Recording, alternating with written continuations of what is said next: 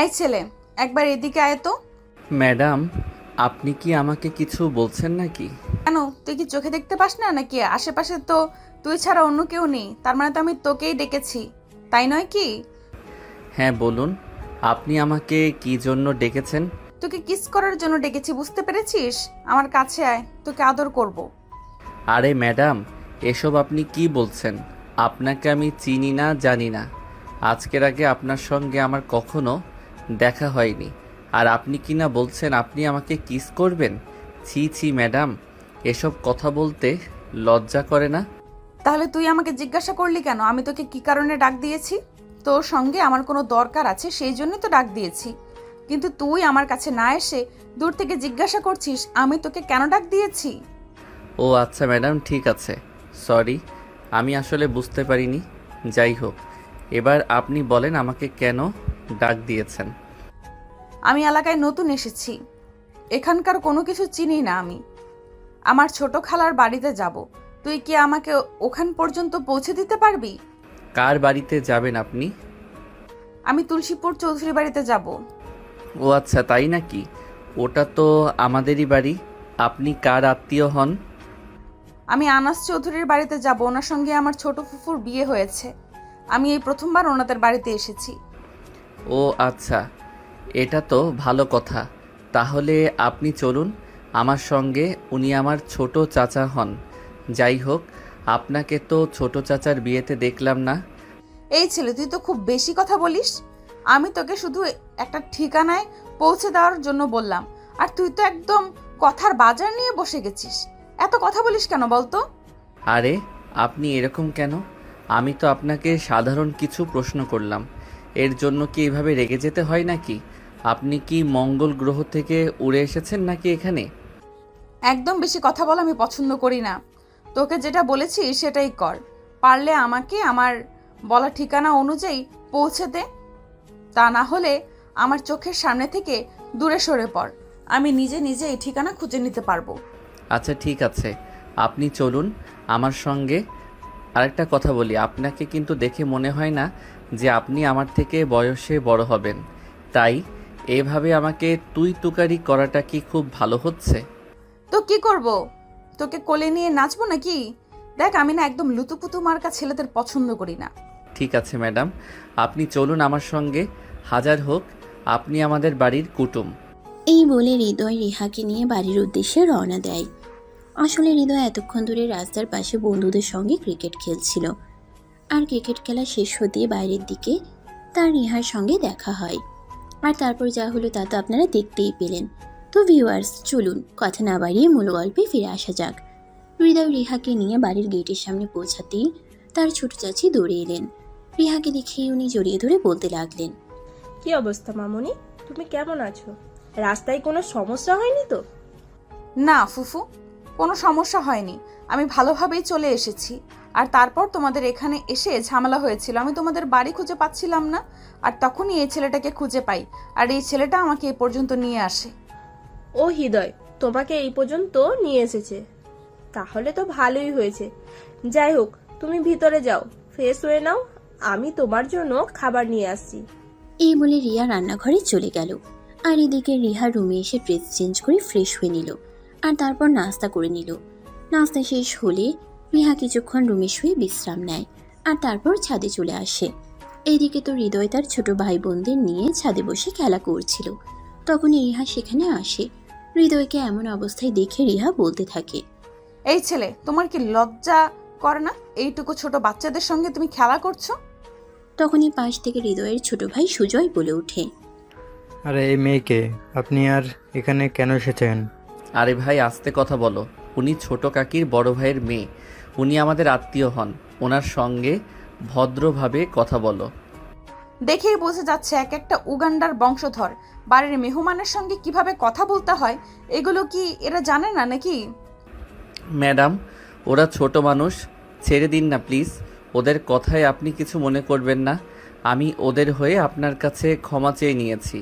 ওরা তো আসলে জানে না কে আপনি। যে বাড়ির বড় মানুষগুলোই এরকম, সে বাড়ির ছোট মানুষগুলো আর কেমন হবে সেগুলো কি আর আমার বুঝতে বাকি হবে নাকি? যাই হোক, তোমাকে একটা কথা বলার ছিল। আমি তো শহরে বড় হয়েছি, গ্রামের পরিবেশ আমার কখনোই সেভাবে দেখা হয়ে ওঠেনি, তাই ভাবছি কাল একটু তোমাদের গ্রামটা ঘুরে দেখব। তুমি কি আমাকে তোমাদের গ্রামটা ঘুরিয়ে দেখাতে পারবে? এই প্রথমবার রিহার মুখ থেকে হৃদয় তুমি ডাকটা শুনতে পেয়ে অনেকটাই নরম হয়ে গেল, আর তারপর বলতে লাগলো, হ্যাঁ অবশ্যই, আমি আপনাকে আমাদের গ্রামটা ঘুরিয়ে দেখাবো, আমার কোনো সমস্যা নেই। তাছাড়া এখন তো আমার পরীক্ষাও শেষ হয়ে গেছে, আপাতত হাতে কোনো কাজ নেই, বন্ধুদের নিয়ে ঘোরাঘুরি আর খেলাধুলা করেই সময় কাটাচ্ছি। এরপর রিহার কোনো কথা বলার সুযোগ না দিয়ে সেখান থেকে নিচে চলে গেল। আর এদিকে হৃদয় তার ছোট ভাই বোনদের নিয়ে আরও বেশ কিছুক্ষণ খেলাধুলা করলো, আর তারপর বাসার ভিতরে চলে আসে। সেদিন সন্ধ্যাবেলা সবাই চা নাস্তার আড্ডা দিচ্ছিল। তখনই হৃদয়কে তার আব্বু বলে, হৃদয়, আগামীকাল মনে হয় তোমার এক্সামের রেজাল্ট দিবে, তো তুমি কি চিন্তাভাবনা করেছো কোথায় ভর্তি হবে? আমি তো এখনও সেরকমভাবে কোনো কিছুই চিন্তা ভাবনা করিনি, তোমরা যেটা বলবে আমি সেটাই করব। তাছাড়া তোমরা তো জানোই আমি কখনো তোমাদের সিদ্ধান্তের বাইরে গিয়ে কোনো কিছুই করি না। এবারেও আমি তোমাদের উপর ছেড়ে দিলাম, তোমরা যেখানে আমাকে ভর্তি করাতে চাইবে আমি সেখানেই ভর্তি হব। ভাইজান, আমি বলছিলাম কি, এবার না হয় হৃদয়কে ঢাকাতে ভর্তি করান।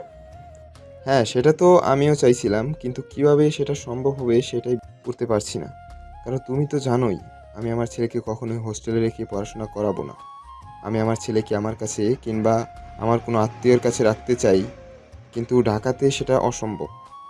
ভাইজান, আপনি অসম্ভব কেন বলছেন? ঢাকাতে তো আমার বাবার বাড়ি, আর আমার ভাইয়ের বিশাল বড় একটা বাড়ি সেখানে। তাছাড়া বাড়িতে মাত্র 3 জন সদস্য, আমার ভাইয়া, ভাবি আর তাদের একমাত্র মেয়ে। হৃদয় যদি সেখানে চলে যায় তাহলে তাদের কোনো সমস্যা হবে না। আর তাছাড়া আমি এ ব্যাপারে ভাইয়ের সঙ্গে কথাও বলেছি, ভাইয়া বলেছে হৃদয়কে পাঠিয়ে দিতে। এটা তুমি কি বলছো? তুমি আমার সঙ্গে কোনো কথা না বলে তোমার ভাইয়ের সঙ্গে সরাসরি কথা বলে ফেলছো। তুমি তো দেখছি সত্যি দায়িত্ববান। হ্যাঁ ভাইজান, হৃদয় কি শুধু আপনার একারই ছেলে? সে তো আমাদের বাড়ির ছেলে, তার প্রতি তো আমাদের সবার দায়িত্ব আছে। তাই আপনার সঙ্গে কথা না বলেই আমি আমার ভাইয়ের সঙ্গে কথা বলে ফেলেছি। এখন যদি আপনি তাকে ওখানে পড়াতে না পাঠান তাহলে তো সেটা আলাদা ব্যাপার। তুমি যখন কথা বলেই ফেলছো তখন তো আর কোনো ঝামেলা নেই। তাছাড়া তুমি তো আর আমার ছেলের খারাপ চাইবে না, তাহলে হৃদয়কে ঢাকাতেই ভর্তি করাবো। ঠিক আছে ভাইজান, কোনো সমস্যা নেই। তাহলে আমি ভাইয়াকে ফোন দিয়ে বলে দেব হৃদয় কনফার্ম সেখানে যাচ্ছে। এভাবেই কথা বলা শেষ হলে সবাই নিজেদের রুমে চলে যায়। রাতের খাওয়া দাওয়া শেষ হওয়ার পর সবাই নিজেদের রুমে ঘুমাতে যাবে। তখনই রিহার ফুপি রিহাকে বলে, রিহা, তোমার আঙ্কেল তো বাসায় আছেন, এখন তুমি আমার সঙ্গে ঘুমাতে পারবে না। তুমি একটা কাজ করো, হৃদয়ের পাশের রুমে গিয়ে ঘুমিয়ে পড়ো। ফুফু, তুমি তো জানোই আমি একা একা থাকতে খুব ভয় পাই, এখনো আম্মুকে সঙ্গে নিয়ে ঘুমাই। তাছাড়া এটা নতুন জায়গা, এখানে আমি একা একা ঘুমাতে পারবো না। তাহলে একটা কাজ করো, তুমি হৃদয়ের সঙ্গে হৃদয়ের রুমে গিয়ে ঘুমিয়ে পড়ো। অসম্ভব, এটা আমি কখনোই করতে পারবো না। হ্যাঁ কাকিমা, সে একদম ঠিক কথাই বলেছে। এই মেয়েকে নিয়ে আমি কেন আমার রুমে ঘুমাতে যাব? তুমি এক কাজ করো, তুমি নিশির রুমে ওকে পাঠিয়ে দাও। নিশি তো একাই ঘুমায়, নিশির সঙ্গে ঘুমালে নিশ্চয়ই কোনো সমস্যা হবে না। ও হ্যাঁ, এতক্ষণে একদম ঠিক কথাই বলেছো। আসলে আমি ভুলেই গিয়েছিলাম যে নিশি বাড়িতেই আছে। যাই হোক, কোনো সমস্যা নেই। রিহা, তুমি নিশির সঙ্গে গিয়ে ঘুমিয়ে পড়ো। ঠিক আছে ফুফু, কোনো সমস্যা নেই, আমার ঘুম পাচ্ছে, আমি তাহলে আসছি। এই বলে রিহা নিশির রুমে চলে গেল নিশির সঙ্গে ঘুমানোর জন্য। নিশি হলো হৃদয়ের ছোট বোন। তারপর তারা দুজন ওই রুমে শুয়ে ঘুমিয়ে পড়ল। মাঝরাতে হঠাৎ রিহার খুব জোরে পানি পিপাসা পেল। সে ঘুম থেকে উঠে থাকলেও রুমে কোথাও কোনো পানি নেই, তাই সে রুম থেকে বের হয়ে কিচেনের দিকে গেল পানি খাওয়ার জন্য। আর তখনই হৃদয়ও ঘুম থেকে উঠেছিল। কেন জানি হঠাৎ তার ঘুমটা ভেঙে গেল। কিচেনের দিকে লাইট দেখে হৃদয় কিচেনের দিকে এগিয়ে যায়। রিহাকে সেখানে দেখে হৃদয় অনেকটাই অবাক হয়ে যায়। অবাক হয়ে গিয়ে জিজ্ঞেস করে, কি ব্যাপার ম্যাডাম, আপনার কি মাঝরাতে ক্ষুধা লাগার অভ্যাস আছে নাকি? থাকলে তোমার কি সমস্যা? না, আমার কোনো সমস্যা নেই। তাছাড়া আমার কোনো সমস্যা থাকতে যাবেই বা কেন? আসলে আমাদের বাড়িতে তো কখনো কাউকে মাঝরাত্রে খাবার খেতে দেখিনি। এই প্রথম আপনাকে মাঝরাত্রে কিচেনে দেখলাম, তাই আমার মনে প্রশ্ন জাগলো আর কি। মনে প্রশ্ন আসলেই যে কাউকে প্রশ্ন করতে হবে এরকমটা তো কোনো হাদিসে লেখা নেই। তাই অযথা আমাকে বিরক্ত করা থেকে বিরত থাকলেই ভালো হতো। ম্যাডাম, আপনি এরকম কেন? কোনো কথা বললে এভাবে রেগে যান। আপনার কি রেগে যাওয়া ছাড়া আর কোনো কাজ নেই নাকি? আমি কি আপনাকে কোনো খারাপ কথা জিজ্ঞাসা করেছি নাকি? খারাপ না ভালো সেটা তো আমার দেখার ব্যাপার না। আমাকে কেউ কোনো প্রশ্ন করবে, আমি কি কোনো খারাপ কাজ করেছি নাকি যে আমি কাউকে কোনো কারণে প্রশ্ন করতে যাবে? আই অ্যাম সরি, আমার ভুল হয়েছে। প্লিজ আপনি আমাকে ক্ষমা করে দিন, কিন্তু এই প্রসঙ্গ নিয়ে আর কথা না বলি। এই কথা বলে হৃদয় কিচেন থেকে বের হয়ে নিজের রুমের দিকে অগ্রসর হচ্ছিল। তখনই পিছন থেকে রিহা বলতে লাগলো, আচ্ছা আমি না হয় কোনো একটা কারণেই এখানে এসেছি। আপনি আমাকে বলেন তো, আপনি এখানে কেন এসেছেন? আপনারও তো এখন ঘুমানোর কথা। তাছাড়া আপনার বেডরুম থেকে কিচেন রুম অনেকটাই দূরত্বে। তাহলে আপনি এখানে কেন এসেছেন? আমাকে ফলো করতে নাকি? দেখুন ম্যাডাম, আপনাকে ফলো করার কোনো ইচ্ছে আমার নেই। আমার হঠাৎ করেই ঘুমটা ভেঙে গেল। অনেক চেষ্টার পরও ঘুম আসছিল না, তাই ভাবলাম বেলকনিতে কতক্ষণ হাঁটাহাঁটি করব, আর তখনই রুম থেকে বের হতেই আপনাকে দেখতে পেলাম। মিথ্যে কথা কেন বলছেন? আমি তো খুব ভালো করেই জানি আপনি আমাকে ফলো করতে করতে এখানে চলে এসেছেন। তাহলে মিথ্যা বলার কি দরকার? প্লিজ বিলিভ মি, আমি আপনাকে ফলো করতে করতে এখানে আসিনি। আমার ঘুমটা ভেঙে গেল, রুম থেকে বের হলাম আর কিচেনে লাইট দেখে এখানে চলে আসলাম। আপনি যদি আমার কথা বিশ্বাস না করেন তাহলে তো আর আমি আপনাকে জোর করে আমার কথা বিশ্বাস করাতে পারবো না। এরপর রিহাকে আর কোনো কথা বলার সুযোগ না দিয়ে হৃদয় সেখান থেকে চলে আসে নিজের রুমে। তারপর বিছানায় শুয়ে ঘুমানোর চেষ্টা করতে থাকে। এদিকে রিহা পানি খেয়ে তারপর রুমে গিয়ে ঘুমিয়ে পড়ে। পরের দিন সকালবেলা সবাই একসঙ্গে নাস্তা করে। নাস্তা শেষ হলে রিহা তার ফুফুর রুমে গিয়ে ফুফুর সঙ্গে গল্প করতে থাকে। আম্মামণি, তোমার পড়াশোনার কি খবর? বাড়িতে এসেছো পর থেকে তো ব্যস্ততার কারণে তোমার সঙ্গে কথাই বলতে পারছি না। এই তো চলছে। আমি তো আমার সবটা দিয়ে পরীক্ষায় ভালো রেজাল্ট করার জন্য চেষ্টা করছি, কিন্তু তারপর কি হবে সেটা তো আর আমি জানি না। দেখো মামনি, তোমাকে কিন্তু অবশ্যই ভালো রেজাল্ট করতে হবে। তুমি আমাদের সকলের নয়নের মণি। আমরা সবাই তোমাকে নিয়ে অনেক আশা আকাঙ্ক্ষা করি। তুমি যদি পরীক্ষায় ভালো রেজাল্ট করতে নাই পারো তাহলে কিন্তু আমাদের সবার খুব খারাপ লাগবে। ফুফু, আমি তোমাদের এখানে বেড়াতে এসেছি, প্লিজ আমাকে এইসব কথা বলো না। আমার এগুলো ভালো লাগে না। আমি এখানে একটু ভালো সময় কাটাতে চাই। হ্যাঁ, সেটা তো অবশ্যই। আচ্ছা ঠিক আছে, কোনো সমস্যা নেই। হৃদয়ের কাজ একদম শেষ হয়ে গেছে। আমি ওকে বলবো তোমাকে আমাদের গ্রামটা ঘুরিয়ে দেখাতে।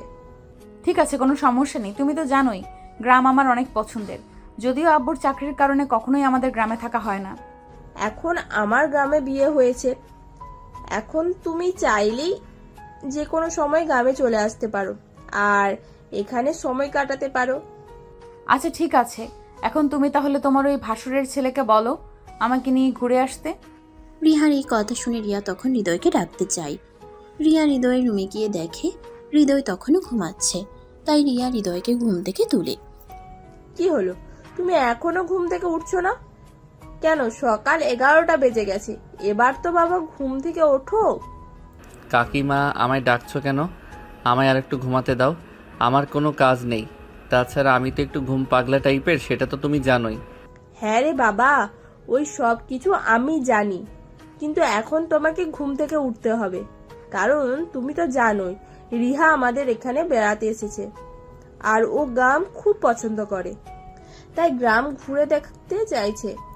এখন তো বাড়িতে তুমি ছাড়া অন্য কেউ নেই ওকে নিয়ে ঘুরে বেড়ানোর জন্য। আচ্ছা ঠিক আছে, কোনো সমস্যা নেই, তুমি যাও। আমি 20 মিনিটের মধ্যে রেডি হয়ে আসছি। তবে হ্যাঁ, একটা কথা তোমায় বলে রাখি, তোমার ভাতিজি কিন্তু প্রচণ্ড বদমেজাজি, খুব খারাপ আচরণ করে মানুষের সঙ্গে। ওকে বলবে যদি আমার সঙ্গে ভালো আচরণ করে তবেই আমি ওর সঙ্গে যাব। আচ্ছা ঠিক আছে, কোনো সমস্যা নেই, আমি রিহাকে বলে দেব ও যেন তোমার সঙ্গে কোনো খারাপ আচরণ না করে। এই বলে রিয়া হৃদয়ের রুম থেকে বের হয়ে চলে যায়। আর এদিকে হৃদয় বিছানা থেকে নেমে ফ্রেশ হয়ে রেডি হয়ে নেয়। সকালে 11:30-এর দিকে হৃদয় ড্রয়িং রুমে আসে, আর ড্রয়িং রুমে এসে এসে দেখতে পায় রিহা রেডি হয়ে তার জন্য অনেকক্ষণ ধরেই অপেক্ষা করছে। রিহা এমনিতেই যথেষ্ট সুন্দরী, তবে খুবই হ্যাংলা পাতলা একটা মেয়ে। এদিকে আজ রিহা পিঙ্ক কালারের একটা শাড়ি পরেছে, সেই সঙ্গে ম্যাচিং করা কাচের চুড়ি, কানে এক জোড়া ঝুমকো, আর চুলগুলো খুলে রেখেছে। এতে যেন মনে হচ্ছে স্বর্গ থেকে এক পরী নেমে এসেছে। এটা দেখে হৃদয় নিজের মন থেকেই গেয়ে উঠল। খাইরুন লো, তোর লম্বা মাথার কেশ, চিরল দাঁতের হাসি দিয়া পাগল করলি দেশ, হাত দুখানা কাচের জড়িয়ে ঝুমুর ঝুমুর বাজে। ব্যাস এই পর্যন্তই। এরপরে রিহা ধমক মেরে বলে উঠল, স্টপ দিস ননসেন্স। এসব কি হচ্ছে? কি সব আবল তাবলের মতো গান গাওয়া শুরু করে দিয়েছেন? এসব আবালের গান বন্ধ করেন, আর এখন আমাকে নিয়ে বের হবেন কিনা সেটাই বলেন। আপনার এসব আবাল মার্কা গান শুনে আমার তো মেজাজ খারাপ হয়ে যাচ্ছে।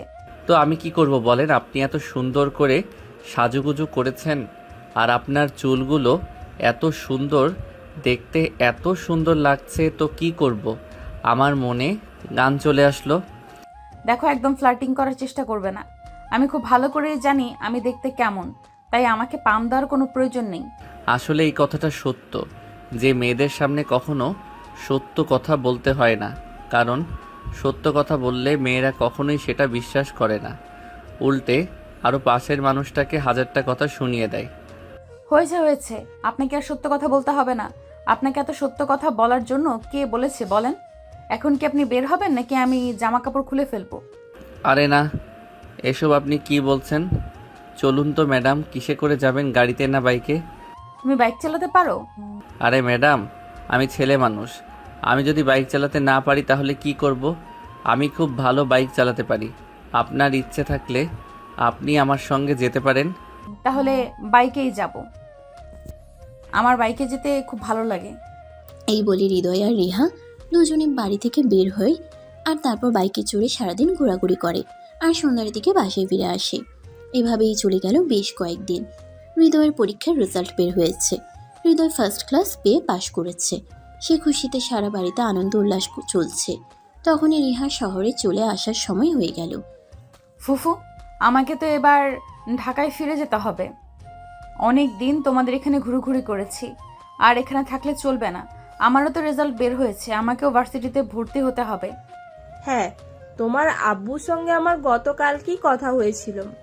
ওনার সঙ্গে আমি বলেছি তুমি হৃদয়কে নিয়ে ঢাকায় যাবে। হৃদয় কেন যাবে? আমি তো একাই চলে যেতে পারবো, আমার সঙ্গে কারোর যেতে হবে না। তুমি একা চলে যেতে পারবে সেটা আমিও খুব ভালো করেই জানি, কিন্তু হৃদয় তোমার সঙ্গে যাচ্ছে না। সে এখন থেকে তোমাদের ওখানেই থাকবে, আর ওখানে থেকেই পড়াশোনা করবে।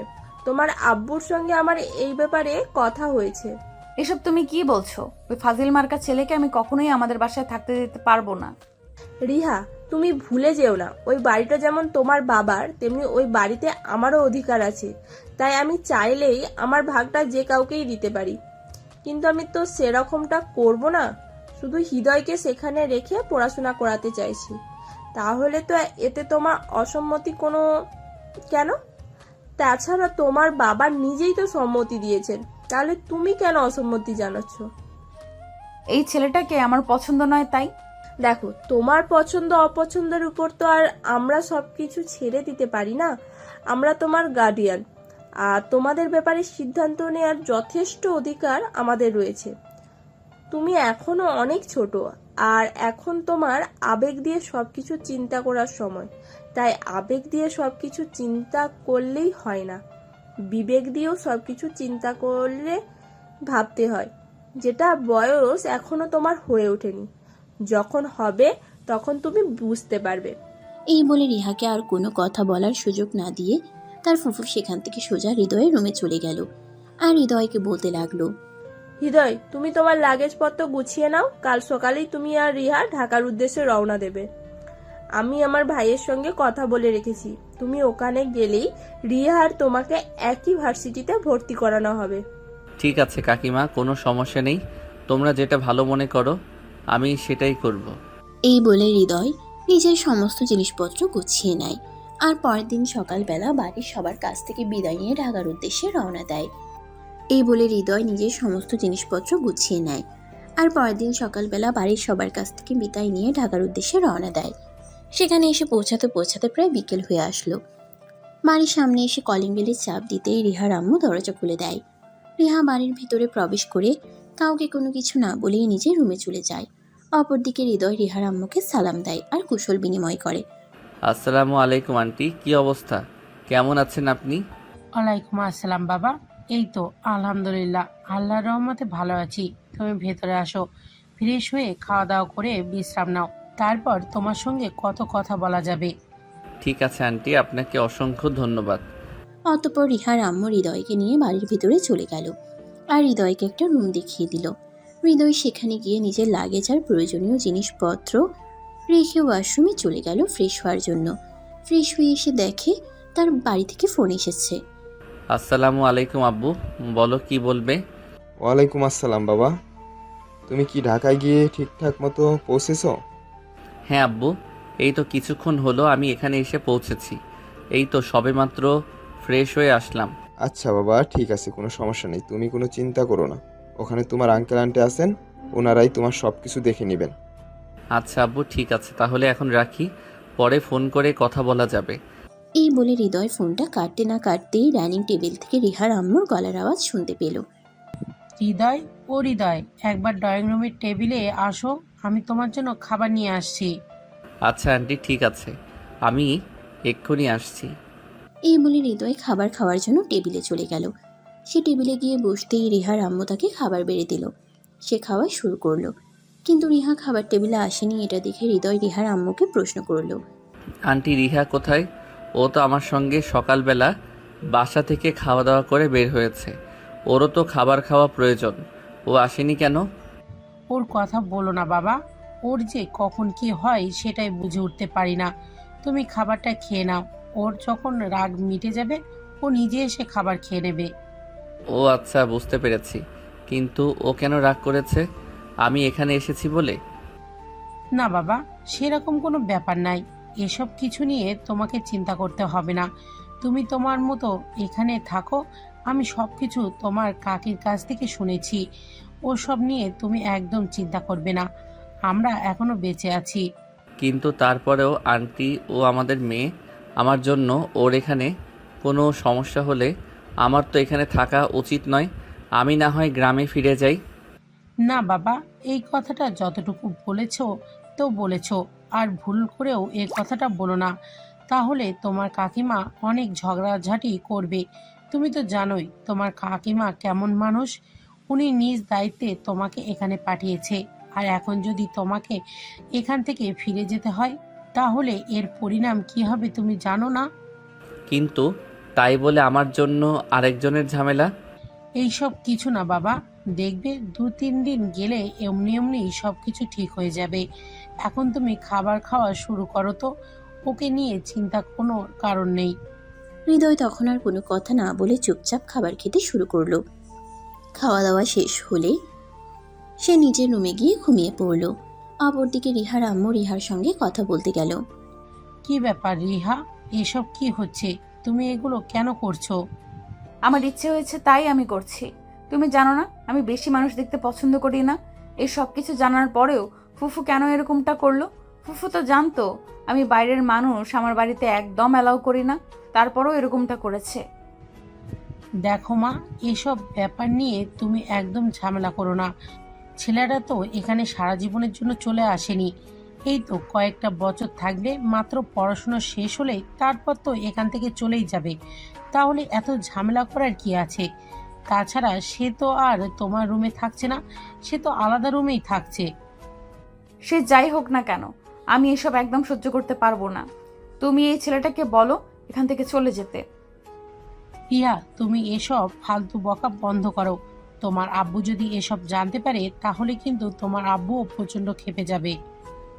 সে তুমি চেষ্টা করে দেখতেই পারো, কিন্তু কোনো কাজ হবে না। আব্বুটা আমার, আমি জানি আমার আব্বু কখন কি করে না করে। আর তুমি হয়তো এটা ভুলে গেছো যে আমার আব্বু আমার পছন্দের কাজগুলোই করতে পছন্দ করে। দেখো, সবটা কিন্তু এক ব্যাপার নয়। এখানে তোমার ফুপু হৃদয়কে পাঠিয়েছে, আর তোমার আব্বু তোমাকে যতটা না ভালোবাসে তোমার ফুপুকে তার চেয়েও বেশি ভালোবাসে, এটা তুমি জানো না? ঠিক আছে, এটা সময় হলে দেখা যাবে। আগে আব্বু বাড়িতে আসুক। রিহার আম্মু তখন কোনো কথা না বলে চুপচাপ রুম থেকে বের হয়ে নিজের রুমে চলে গেলেন। আর এদিকে রিহা অপেক্ষা করতে লাগলো কখন তার বাবা বাড়িতে আসবে আর সবকিছু তার বাবাকে খুলে বলবে। রাত 10টার দিকে তার বাবা বাড়িতে আসলো। ইউনিফর্ম খুলতে যাবে তখন রিহা তার বাবার রুমে প্রবেশ করে। তার বাবা রিহাকে দেখে বলল, কি ব্যাপার মামনি, কি হয়েছে? তোমাকে এরকম দেখাচ্ছে কেন? আর বাসায় কখন আসলে? আমাকে ফোন দিয়ে জানালে না? রিহা তখন কোনো কথা না বলে মুখ গোমড়া করে বসে রইল। এটা দেখে তার আব্বু খুব ভালোভাবে বুঝতে পারলো তার মেয়ের মন খারাপ হয়েছে। তাই তিনি রিহার কাছে গিয়ে বসলেন আর তার মাথায় হাত রেখে বলতে লাগলেন, কি ব্যাপার মামনি, কি হয়েছে? তোমার মন খারাপ কেন? কেউ কি তোমার কিছু বলেছে? আব্বু, আমি তো তোমার সন্তান, তাই নাকি? তুমি তো আমার যেটাতে ভালো হবে সেটাই করবে, তাই না? হ্যাঁ অবশ্যই মা, তুমি যেটা কমফোর্টেবল তুমি যেটাতে তুমি খুশি থাকবে, আমি তো সেটাই সব সময় করার চেষ্টা করি। কেন, কি হয়েছে? এসব কথা এখন কেন বলছো? আব্বু, ফুফু তার ভাসুরের ছেলেকে এখানে পাঠিয়েছে পড়াশোনা করানোর জন্য, কিন্তু আমি এটা চাই না। আমি চাই না ছেলেটা আমাদের বাড়িতে থাকুক। এসব তুমি কি বলছো মা? তোমার কি মাথা খারাপ হয়ে গেছে? তুমি তো জানোই তোমার ফুফু সম্পর্কে এসব কথা যদি তোমার ফুফু জানতে পারে তাহলে কিন্তু প্রচণ্ড রাগ করবে। তাছাড়া এই বাড়িতে যতটুকু অধিকার আছে ঠিক তোমার আর চাইতে বেশি অধিকার কিন্তু তোমার ফুপুর, কারণ তুমি পরের জন্ম নিয়েছো আর তোমার ফুপু কিন্তু আগে জন্ম নিয়েছে। তাই তোমার ফুপুর সিদ্ধান্তে কে অবহেলা করো না। তার মানে আমি খুব ভালোভাবেই বুঝতে পেরেছি এই বাড়িতে আমার কোনো মূল্য নেই। আমি যাই কিছু করি আর যাই কিছু বলি না কেন, কেউ আমার কোনো কথাই শুনবে না। তোমাদের কথাই সর্বোপরি বহাল থাকবে, তাই না? দেখো আম্মু, বিষয়টা আসলে এরকম নয়, তুমি বিষয়টা বোঝার চেষ্টা করো। আমি আর কোনো কিছু বুঝতে চাই না। আমি খুব ভালোভাবেই বুঝতে পেরেছি এবার এটি যে আমার সিদ্ধান্তের কোনো মূল্য নেই। যাই হোক, তোমাদের যেটা ভালো মনে হয় তোমরা সেটাই করো। তবে একটা কথা আমি তোমাদেরকে বলে দিচ্ছি, ওই ছেলেটা যেন আমার রুমের আশেপাশেও না যায়, আর আমাকে সব সময় যেন দূরে দূরে থাকার চেষ্টা করে। এসব তুমি কেমন কথা বলছো? না, আমি তো সেটাই বুঝতে পারছি না। একটা মানুষ এক বাড়িতেই থাকবে আর সে তোমার থেকে নিজের দূরত্ব কি করে বজায় রাখবে সেটা তুমিই বলো। থাকতে গেলে তো আমাদেরকে পাশাপাশি থাকতে হবে, তাই নাকি? আমি কোনো কিছু জানি না আর কোনো কিছু জানতেও চাই না। ও যেন আমার আশেপাশে না থাকে। এই বলে রিহা রাগে গজগজ করতে করতে সেখান থেকে চলে গেল। আর এরপর দেখতে দেখতে 2 দিন সময় চলে যায়। রবিবার সকালবেলা ঘুম থেকে উঠেই রিহার আব্বু রিহা আর হৃদয় দুজনকে উদ্দেশ্য করে বলতে লাগলো, তোমরা দুজনেই ঘুম থেকে উঠে ফ্রেশ হয়ে রেডি হয়ে নাও, আমি তোমাদেরকে নিয়ে আজ ভার্সিটিতে এডমিশন করাতে যাব। অতঃপর সকাল 10টার দিকে রিহার আব্বু রিহা আর হৃদয়কে নিয়ে ভার্সিটিতে এডমিশন করাতে চলে গেল। তিনি দুজনকেই একই ভার্সিটিতে ভর্তি করালেন। এটা দেখে রিহা তার আব্বুকে বলতে লাগলো, আবু, হৃদয়কে তুমি আমাদের ভার্সিটিতে কেন ভর্তি করিয়েছো? কারণ এটা শহর, এখানে চলাফেরা করতে গেলে একটা মেয়ের কাটে। আর হৃদয় যদি এখানে পড়াশোনা করে তাহলে সে তোমাকে তার পড়ার পাশাপাশি যথেষ্ট গার্ডও দিতে পারবে। তাই আমি বুঝতে পেরেছি তোমাদের সবারই মাথা একদম খারাপ হয়ে গেছে। আমি আমার নিজের গার্ড নিজেই দিতে পারবো। ওকে আমাকে গার্ড দেওয়ার কোনো প্রয়োজন নেই। তুমি ওকে এখান থেকে নিয়ে যাও। আমি ওকে এখানে দেখতে চাই না। তোমার কথা মতো সব কিছু হবে না। তোমাকে যেটা বলেছি তোমাকে সেটাই মেনে নিতে হবে, অন্যথায় তোমার ভার্সিটিতে পড়াশোনা করাই হবে না। আমি সারাদিন আমার ডিউটি নিয়ে ব্যস্ত থাকি। অপরদিকে তোমার আম্মুও তোমাকে যথেষ্ট সময় দিতে পারে না। তাই তুমি যদি আমার প্রস্তাব মেনে নাও তাহলে তোমার পড়াশোনাই বন্ধ করে দিতে হবে। আমি বুঝতে পারছি না কি হচ্ছে এসব আমার সঙ্গে। এরপর রিহার আব্বু রিহা আর হৃদয়কে ক্লাসরুম পর্যন্ত পৌঁছে দিয়ে সেখান থেকে চলে গেল। সেটি হলো তাদের প্রথম দিন ইউনিভার্সিটিতে। ভার্সিটি ছুটি হয় দুপুর 2টার দিকে। তারপর রিহা আর হৃদয় বাসে চলে আসে। বাসে আসতেই রিহার আম্মু রিহাকে জিজ্ঞাসা করে, কি ব্যাপার মামনি, প্রথম দিন ভার্সিটিতে তোমার কেমন কাটলো? যেমন ইচ্ছে তেমন, তাতে তোমাদের কি? তোমরা তো আমাকে এখন চোখের কাঁটা মনে করছো। আমাকে উপড়ে ফেলতে পারলেই ভালো, তাই না? এমন কথা কেন বলছো তুমি? আমরা কি তোমার সৎ বাবা মা নাকি? এখন তো আমার এটাই মনে হচ্ছে তোমরা মনে হয় আমার সৎ বাবা মা। তাই তো আমার সঙ্গে এরকম আচরণ করছো তোমরা। আমার নিজের বাবা মা হতে তাহলে তো আমার সঙ্গে এরকম আচরণ করতে পারতে না। তাহলে তো অন্তত একবার তোমরা আমার ইচ্ছা অনিচ্ছার কথা জানতে চাইতে, আমার ইচ্ছা অনিচ্ছাগুলোকে গুরুত্ব দিতে। বুঝতে পেরেছি তোমার অভিমানের কারণটা কি। তুমি রুমে যাও। আচ্ছা হৃদয়, এবার তুমি বলো তো তোমাদের আজকের দিনটা কেমন কাটলো? এই তো আন্টি, আলহামদুলিল্লাহ ভালো। আচ্ছা ঠিক আছে, তোমার সঙ্গে এই ব্যাপারে পরে কথা বলবো। এখন তুমি একটা কাজ করো, তাড়াতাড়ি ফ্রেশ হয়ে আসো, দুপুরের খাবার খাবে। আমি সবার জন্য অনেকক্ষণ ধরে দুপুরের খাবার বানিয়ে অপেক্ষা করছি, তাড়াতাড়ি চলে আসবে কিন্তু। আচ্ছা আন্টি ঠিক আছে। তবে আন্টি একটা কথা বলার ছিল। রিহা মনে হয় আমার এখানে থাকাটা একদম সহ্য করতে পারছে না। এসব কোনো ব্যাপার না বাবা, তুমি এসব নিয়ে একদম মাথা ঘামিও না। দেখবে সময়ের সাথে সাথে সব কিছু ঠিক হয়ে যাবে। আসলে আমার মেয়েটা ছোটবেলা থেকেই একা একা থেকে অভ্যস্ত, তো এই জন্য বেশি মানুষ পছন্দ করে না। তবে কোনো ব্যাপার না, দেখবে সব কিছুই সময়ের সাথে সাথে ঠিক হয়ে যাবে। হৃদয় তখন কোনো কথা না বলে চুপচাপ রুমে চলে গেল। আর তারপর ফ্রেশ হয়ে দুপুরের খাবার খেয়ে নিজের রুমে গিয়ে ঘুমিয়ে পড়ল। সন্ধ্যাবেলা হৃদয় রুম থেকে বের হয়ে ছাদে এসে সিগারেট খাচ্ছে। তখনই রিহা সেখানে এসে উপস্থিত হয়। সিগারেটের গন্ধ নাকে এসে লাগতেই রিহা চারপাশে খুঁজতে লাগলো কে সিগারেট খাচ্ছে। তখনই হৃদয়কে দেখতে পারল। সিগারেটের গন্ধ নাকে এসে লাগতেই রিহা চারপাশে খুঁজতে লাগলো কে সিগারেট খাচ্ছে। তখনই হৃদয়কে দেখতে পেল আর চিৎকার দিয়ে বলতে লাগলো, তোমার কত বড় সাহস, তুমি আমার বাসায় দাঁড়িয়ে সিগারেট খাচ্ছ? সরি, আসলে বাইরে আমার তেমন চেনা জানা নেই তো, আর সিগারেট খাওয়া আমার অনেক দিনের অভ্যাস।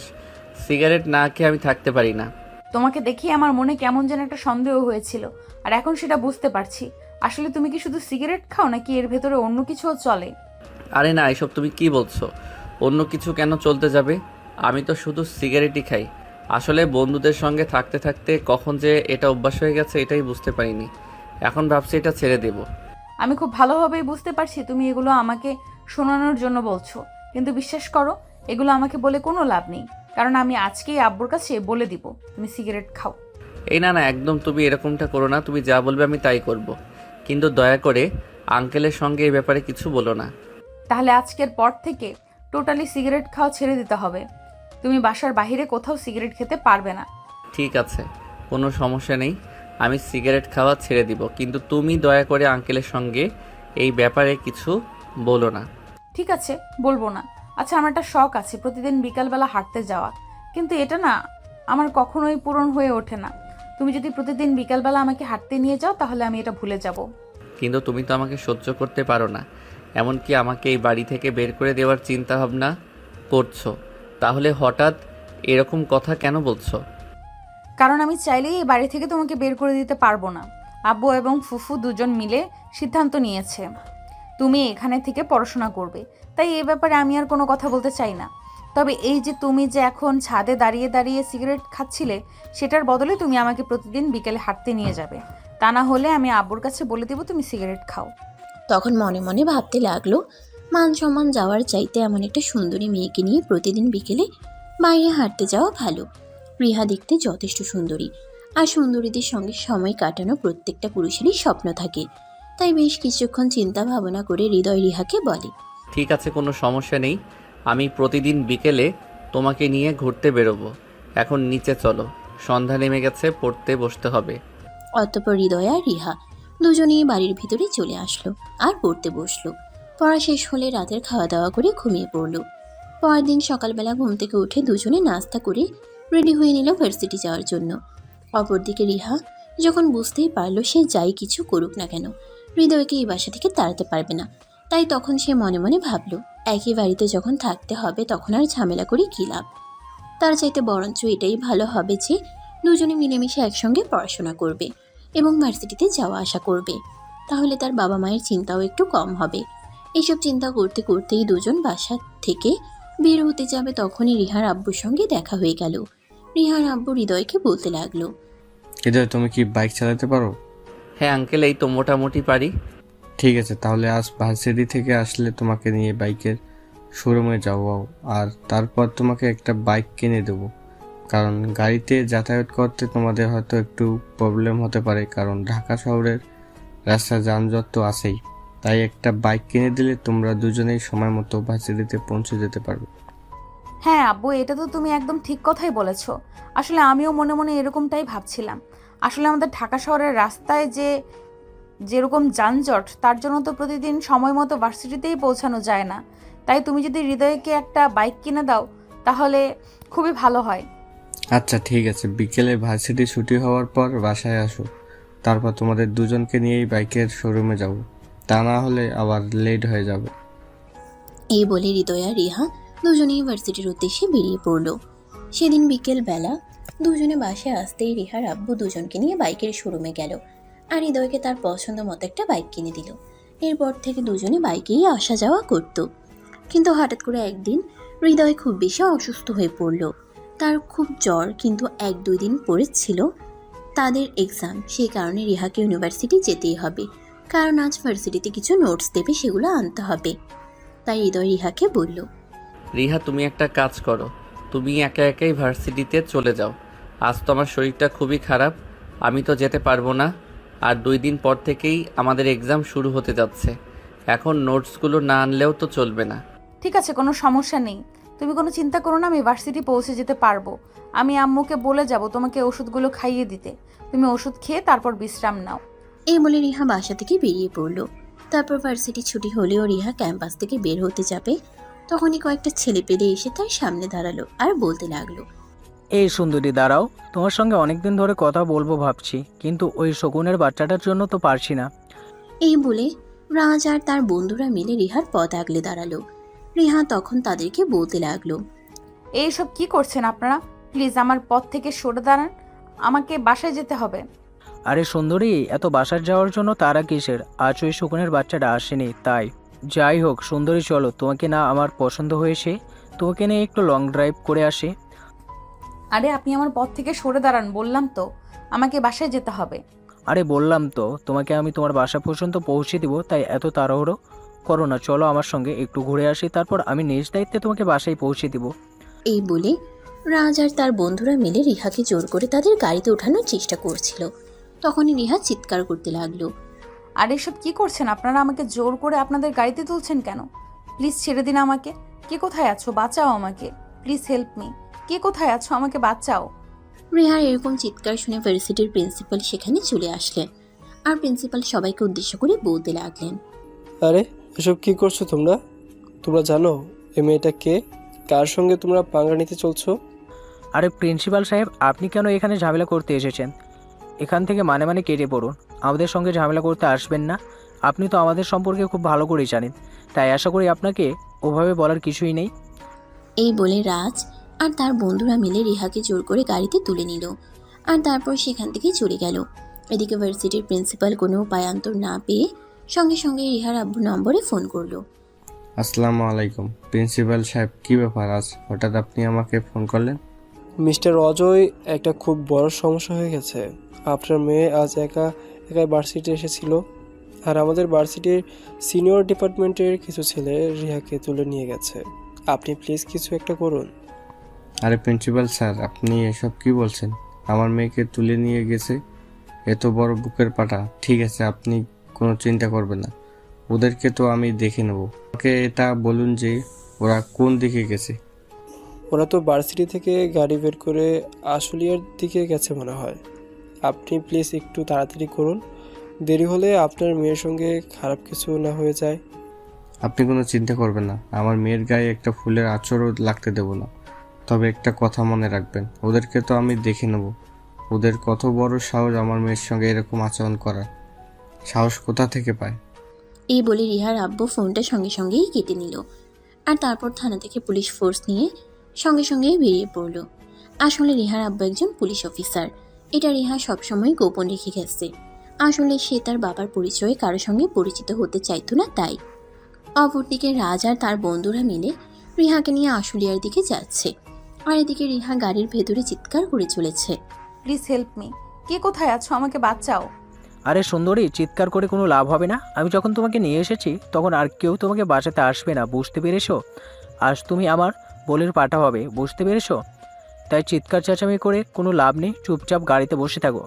এই বলে রাজ আর তার বন্ধুরা মিলে হু হু করে হাসতে লাগলো। ঠিক তখনই তাদের গাড়ির সামনে একটা পুলিশের গাড়ি এসে দাঁড়ালো। রাজ তখনই আটকে উঠলো আর বলতে লাগলো, এই তোরা গাড়ি থেকে নেমে দেখ তো, এরা আমাদের গাড়ি আটকেছে কেন? এরা কি জানে না গাড়ির ভিতরে আমি আছি? তাহলে ওর সাহস কি করে পেলো আমার গাড়ির সামনে দাঁড়ানোর? এই কথা শোনার পর রাজের বন্ধুরা গাড়ি থেকে বের হতে যাবে, তখনই রিহার আব্বু গাড়ি থেকে বের হয় আর গাড়ির সামনে দাঁড়িয়ে বলতে থাকে, এই সুরের বাচ্চা, তোর এত বড় সাহস, তুই আমার মেয়েকে তুলে নিয়ে আসার মতো সাহস দেখাস? গাড়ি থেকে নেমে আয়, দেখি তোর কত বড় বুকের বাটা। আব্বে, ওই হালাটা তোদেরকে না বললাম যে কার এত বড় সাহস বুকের পাটা আমার গাড়ির সামনে পট আগলে দাঁড়িয়ে এটা দেখার জন্য? কিন্তু তোরা এখানে গাড়ির ভিতরে বসে আছিস কেন? এই পুলিশ হয়তো জানে না আমি কে আর কি আমার পরিচয়। ওদেরকে কেন বলছিস তুই? নিজেই গাড়ি থেকে নাম না, তাহলেই তো বুঝতে পারবি কার সঙ্গে পাঙ্গা নিতে এসেছিস আর কার মেয়েকে তুলে এনেছিস। মানে এসব তুই কি বলছিস? ওই পুলিশ কি তোর কোনো আত্মীয় হয় নাকি? আমাকে কেন তুই এসব কথা জিজ্ঞাসা করছিস? গাড়ি থেকে নাম, তাহলেই বুঝতে পারবি। আচ্ছা ঠিক আছে, তুই যখন বলছিস তখন তো আমাকে ব্যাপারটা দেখতে হয়। এই বলে রাজ গাড়ি থেকে নামতেই রিহার আব্বু সঙ্গে সঙ্গেই তাকে উত্তম মধ্যম দিতে লাগলো। আর তারপর সঙ্গে সঙ্গেই গাড়ির ভিতরে থাকা সব কটাকে অ্যারেস্ট করে থানায় নিয়ে আসলো। অপরদিকে রাজ তো কিছুই বুঝতে পারছে না তার সঙ্গে কি হচ্ছে। তখনই সে রিহার আব্বুকে উদ্দেশ্য করে বলতে লাগলো, আপনি হয়তো জানেন না আমি কে, তাই হয়তো আমার সঙ্গে এরকমটা করার সাহস পেয়েছেন। তবে আপনি কোনো চিন্তা করবেন না, এক্ষুনি আমার বাবা আসলো বলে আপনি শুধু অপেক্ষা করতে থাকুন। আমার বাবা এখানে আসার পর আপনার থানার কি অবস্থা হয়। ঠিক আছে, এখনই তুই তোর বাবাকে ফোন কর আর এখানে আসতে বল, তারপর সেয়ানে সেয়ানে কোলাকুলি করব। কথাটা বলা শেষ করার আগে রাজের আব্বু সেখানে এসে পৌঁছে গেল। আসলে রাজের আব্বু হলো শহরের নামকরা মাফিয়াদের মধ্যে একজন, কিন্তু রিহার আব্বুও একজন নামকরা পুলিশ অফিসার। তিনিও কাউকে ভয় পান না। রাজের আব্বু থানায় এসে চিৎকার করে বলতে লাগলো, কোন পুলিশ অফিসারের এত বড় সাহস যে আমার ছেলেকে থানায় তুলে এনেছে?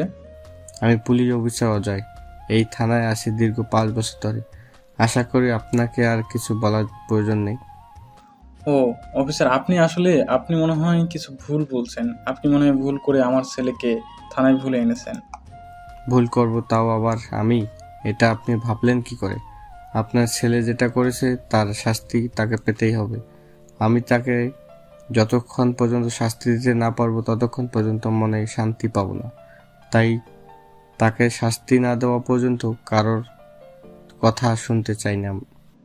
প্লিজ অফিসার, আপনি এরকমটা করবেন না। আমার ছেলে না হয় না জেনে একটা ভুল করে ফেলেছে, কিন্তু তাই বলে আপনি তাকে এভাবে শাস্তি দিতে পারেন না। প্লিজ এই প্রথম আর শেষবারের মতো আপনি আমার ছেলেকে ক্ষমা করে দিন। আমার ছেলে কখনো আপনার মেয়ের আশেপাশেও যাবে না, এটা আমি আপনাকে কথা দিলাম।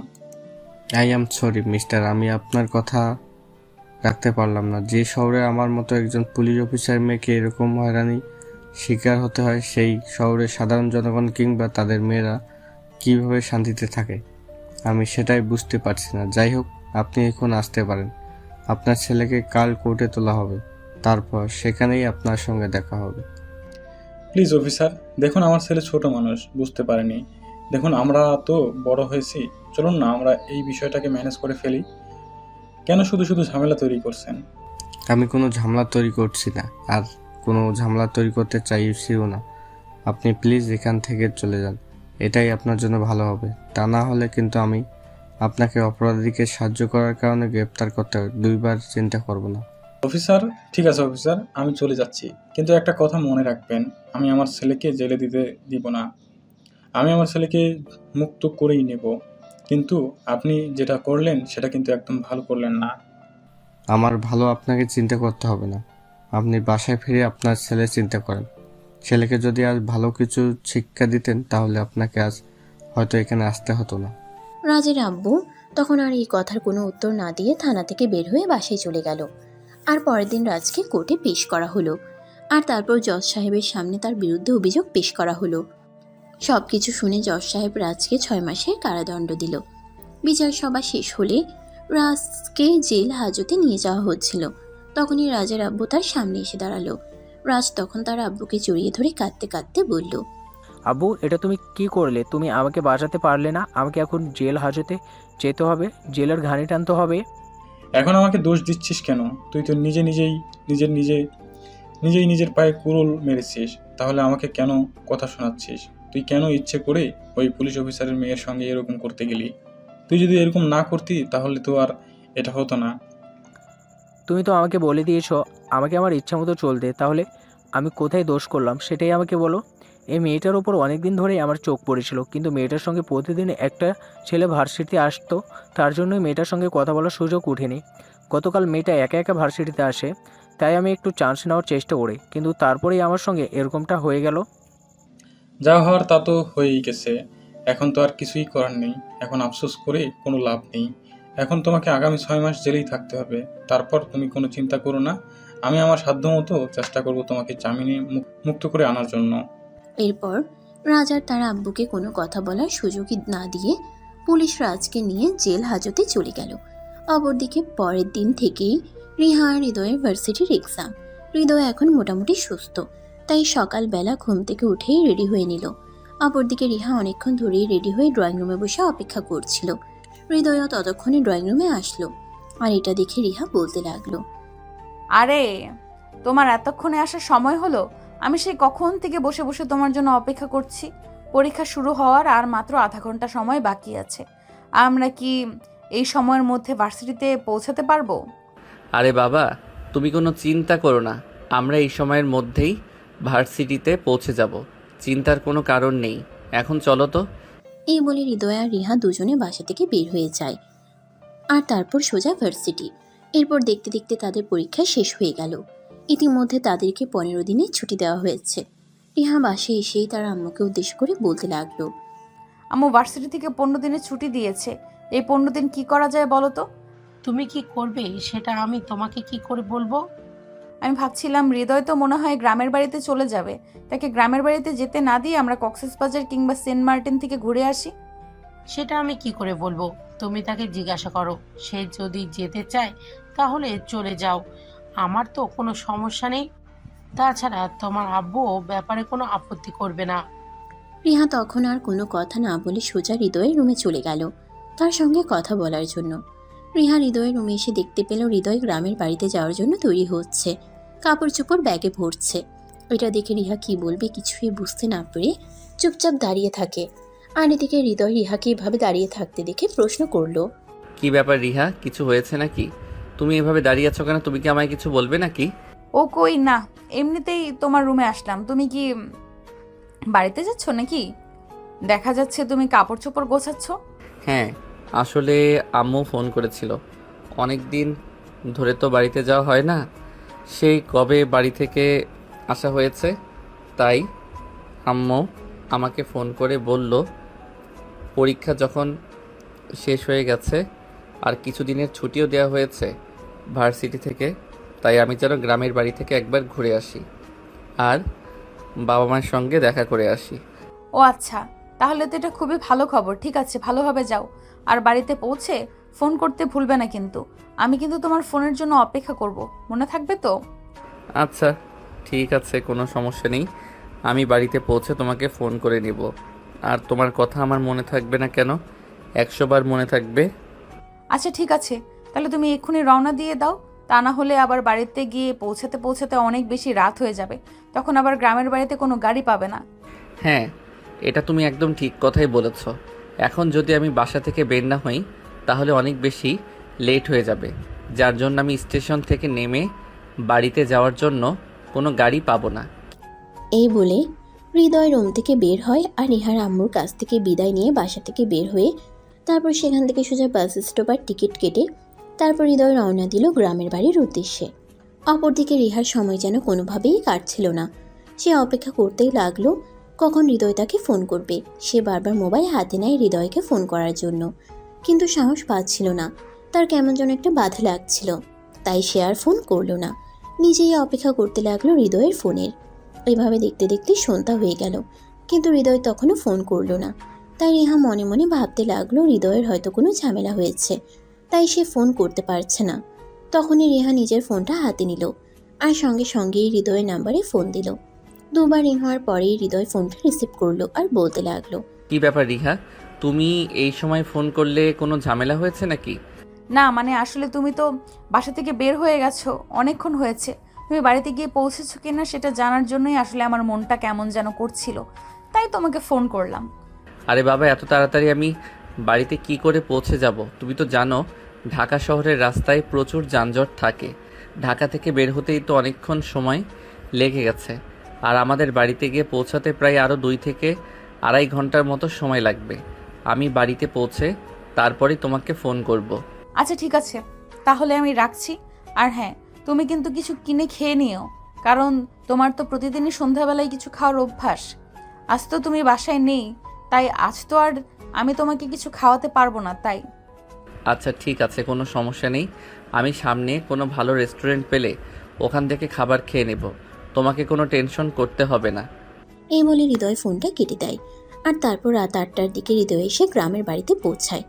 বাড়িতে তাকে দেখে সবাই অনেক আনন্দিত হয়, আর সবাই তাকে নিয়ে আনন্দ উল্লাসে মেতে ওঠে। আর এদিকে হৃদয় সবার সঙ্গে কথা বলতে বলতে রিহার কথা একদম ভুলেই গেল। এদিকে দেখতে দেখতে রাত 10টার মতো বেজে গেল। হৃদয় রিহাকে ফোন করেনি। এদিকে রিহার তখনও বেশ চিন্তা হচ্ছিল, তাই সে মনে মনে ঠিক করলো সে এখন আবার হৃদয়কে ফোন করবে। যেমন চিন্তা তেমনই কাজ। তখনই সে নিজের মোবাইলটা হাতে নিল আর সঙ্গে সঙ্গে হৃদয়কে ফোন করলো। অপরদিকে হৃদয় তখন নিজের মোবাইলটা নিজের বেডরুমে রেখেছিল, আর এদিকে তার ছোট কাকি রিয়া তখন তার রুমের পাশ দিয়েই যাচ্ছিল। রিয়া ফোনের রিংটোনের আওয়াজ শুনতে পেয়ে হৃদয়ের রুমে প্রবেশ করে আর মোবাইল হাতে নিয়ে দেখে রিহা তাকে ফোন করেছে। তাই রিহার ফোনটা রিসিভ করে। হ্যালো রিহা। হ্যাঁ ফুফু, হৃদয় কোথায়? ও কি বাড়িতে গিয়ে পৌঁছেছে? হ্যাঁ, হৃদয় তো অনেকক্ষণ আগেই বাড়িতে এসে পৌঁছে গেছে। কেন, তোমাকে ফোন দেওয়ার কথা ছিল নাকি? না, আসলে সেরকম তো নয়। সে তো দুপুরের আগেই আমাদের বাড়ি থেকে বের হয়েছে, এতক্ষণে পৌঁছে যাওয়ার কথা। তাই আমি ফোন দিয়ে একটু খবর নিলাম। আর যাই হোক, কেমন আছো তোমরা? এই তো মামুনি, আলহামদুলিল্লাহ ভালোই আছি। তোমাদের কি অবস্থা? আর তোমরা কেমন আছো? আর হৃদয় যখন আসলো তুমি ওর সঙ্গে চলে আসলেই পারতে। আসলে আমার তো যেতে মন চাইছিল, কিন্তু হৃদয় আমাকে কিছুই বলল না। তাহলে আমি নিজেই যে কিভাবে তার সঙ্গে চলে যাই বলো? সে যদি আমাকে একটাবার বলতো সে আমাকে তার সঙ্গে নেবে, তাহলে আমি চলে আসতাম। ও আচ্ছা, এই ব্যাপার।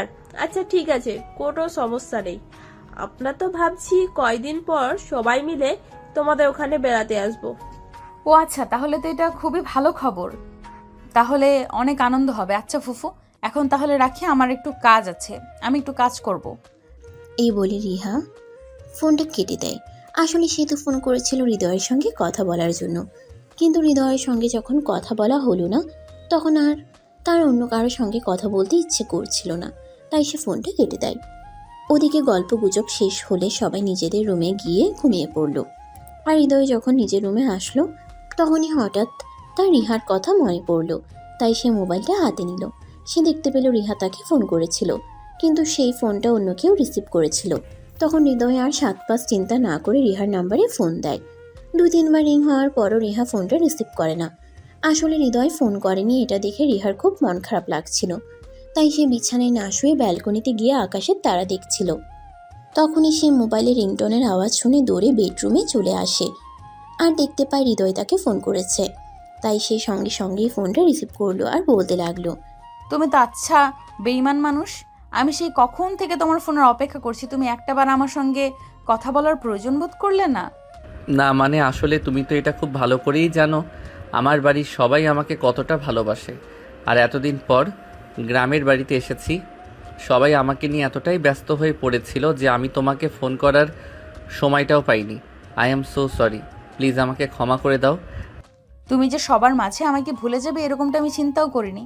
আমি তো ভেবেছিলাম 1000 মানুষের মধ্যেও তুমি আমাকে খুঁজে নেবে, কিন্তু এখন দেখছি আমার ধারণা সম্পূর্ণ ভুল। যাই হোক, এখন রাখি, ঘুমাবো, খুব ঘুম পাচ্ছে। এই বলে অভিমানী রিহা ফোনটা কেটে দেয়। আর এদিকে হৃদয় কিছুই বুঝতে পারছে না রিহা এগুলো কি বলল, আর কেনই বা সে এরকম কথা বলল। যাই হোক, হৃদয় এসব কিছু চিন্তা না করে বিছানায় শুয়ে ঘুমিয়ে পড়ল। এরপর দেখতে দেখতে আরও 2 দিন সময় কেটে গেল। আর এদিকে রিহার মনের মধ্যে অস্থিরতা বাড়তে শুরু করলো।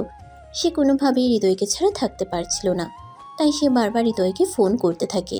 হৃদয়, তুমি ঢাকায় ফিরে আসো, আমার একা একা থাকতে ভালো লাগছে না, প্লিজ তুমি ঢাকায় চলে আসো। আরে বাবা, ওখানে তোমার কত বন্ধু বান্ধব আছে, তাদেরকে নিয়ে তুমি একটু বাইরে থেকে ঘুরে এসো, তাহলেই ভালো লাগবে। তুমি তো জানোই এতদিন পর বাড়িতে এসেছি। এখন কি চাইলেই আমি চলে আসতে পারবো নাকি? সবার সঙ্গে সময় কাটাচ্ছি, কেউ তো আমাকে আসতে দিতে চাইছে না। তাহলে আমি কি করব সেটা তুমিই বলো। আমি কোনো কিছু জানি না আর জানতেও চাই না। আমি কাল সকালের মধ্যেই তোমাকে ঢাকায় দেখতে চাই। আর যদি ঘুম থেকে উঠে তোমাকে দেখতে না পাই, তাহলে আমি নিজেই তোমার কাছে চলে আসব, কারণ তোমাকে ছাড়া আমার থাকতে খুব কষ্ট হচ্ছে। এই বলে হৃদয়কে কোনো কথা বলার সুযোগ না দিয়ে রিহা ফোনটা কেটে দিল। আর এদিকে হৃদয় এসব কিছু নিয়ে চিন্তা করছে। যাই হোক ভিউয়ার্স, চলুন কথা না বাড়িয়ে মূল গল্পে ফিরে আসি। রিহার এসব কথাবার্তা শুনে হৃদয় তখন তার আম্মুর কাছে গেল আর তার আম্মুকে বলল, আম্মু, আমি কাল সকালে ঢাকায় চলে যাব। এইসব তুই কি বলছিস বাবা? তুই তো সেদিন বলেছিলি ভার্সিটি 15 দিনের ছুটি দিয়েছে, কিন্তু এখন তুই বলছিস তুই কাল সকালে ঢাকায় চলে যাবি। এতদিন পর বাড়িতে আসলি, আমাদের সঙ্গে আর কটা দিন থাক না। না আম্মু, আমি আর থাকতে পারবো না। আসলে তো আমি নিজেও চিন্তা করে এসেছিলাম যে এবার বেশ কয়েকদিন থাকবো গ্রামের বাড়িতে আর তোমাদের সঙ্গে খুব ভালো সময় কাটাবো, কিন্তু সেটা আর হবে না আম্মু। কারণ গতকালকেই আমার ভার্সিটি থেকে ফোন এসেছে, আমাদের সেমিস্টার 1 সপ্তাহ আগে থেকে শুরু হবে, তাই আমাকে চলে যেতে হবে। কিছু করার নেই। ঠিক আছে বাবা, কোনো সমস্যা নেই। তোকে তো ওখানে পড়াশোনা করানোর জন্যই পাঠিয়েছি। এখন তো পড়াশোনা বাদ দিয়ে বাড়িতে এসে বসে থাকলে চলবে না। ঠিক আছে, তুই চলে যা। এরপর হৃদয় নিজের রুমে চলে আসে আর বিছানায় শুয়ে ঘুমিয়ে পড়ে। পরের দিন ফজরের নামাজের আজান দিতেই হৃদয় ঘুম থেকে উঠে গেল। তারপর নামাজ পড়ে আর ঢাকায় যাওয়ার জন্য তৈরি হয়ে নিল। পরের দিন ফজরের নামাজের আজান দিতেই হৃদয় ঘুম থেকে উঠে গেল। তারপর নামাজ পড়ে আর ঢাকায় যাওয়ার জন্য তৈরি হয়ে বেরিয়ে পড়ল।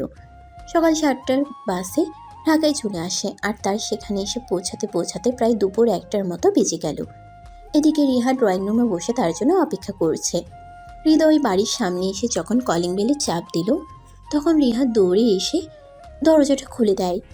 আর হৃদয়কে দেখতে পেয়ে সে হৃদয়কে দৌড়ে গিয়ে জড়িয়ে ধরে আর বলতে থাকে, এতদিন তুমি কিভাবে ছিলে আমাকে একা ফেলে? তোমার কি একটু কষ্ট হয়নি নাকি? রিহার এরকম আচরণে হৃদয় কি করবে কিছুই বুঝতে পারছে না, কারণ সে কখনো এটা আশাই করেনি যে রিহা তার সঙ্গে এরকমটা করবে। যাই হোক, তারপরও সে নিজেকে কোনো রকম সামলে নিয়ে রিহাকে বলতে লাগলো। এই বলে হৃদয় রিহাকে কোনো রকমে নিজের কাছ থেকে ছাড়িয়ে নিল আর তারপর রিহাকে ধরে এনে সোফায় বসালো। আর এদিকে সে নিজের রুমে চলে গেল। ব্যাগটা রেখে ফ্রেশ হয়ে নিল, তারপর ড্রয়িং রুমে চলে আসে। রিহা তখনও সেখানে বসে আছে।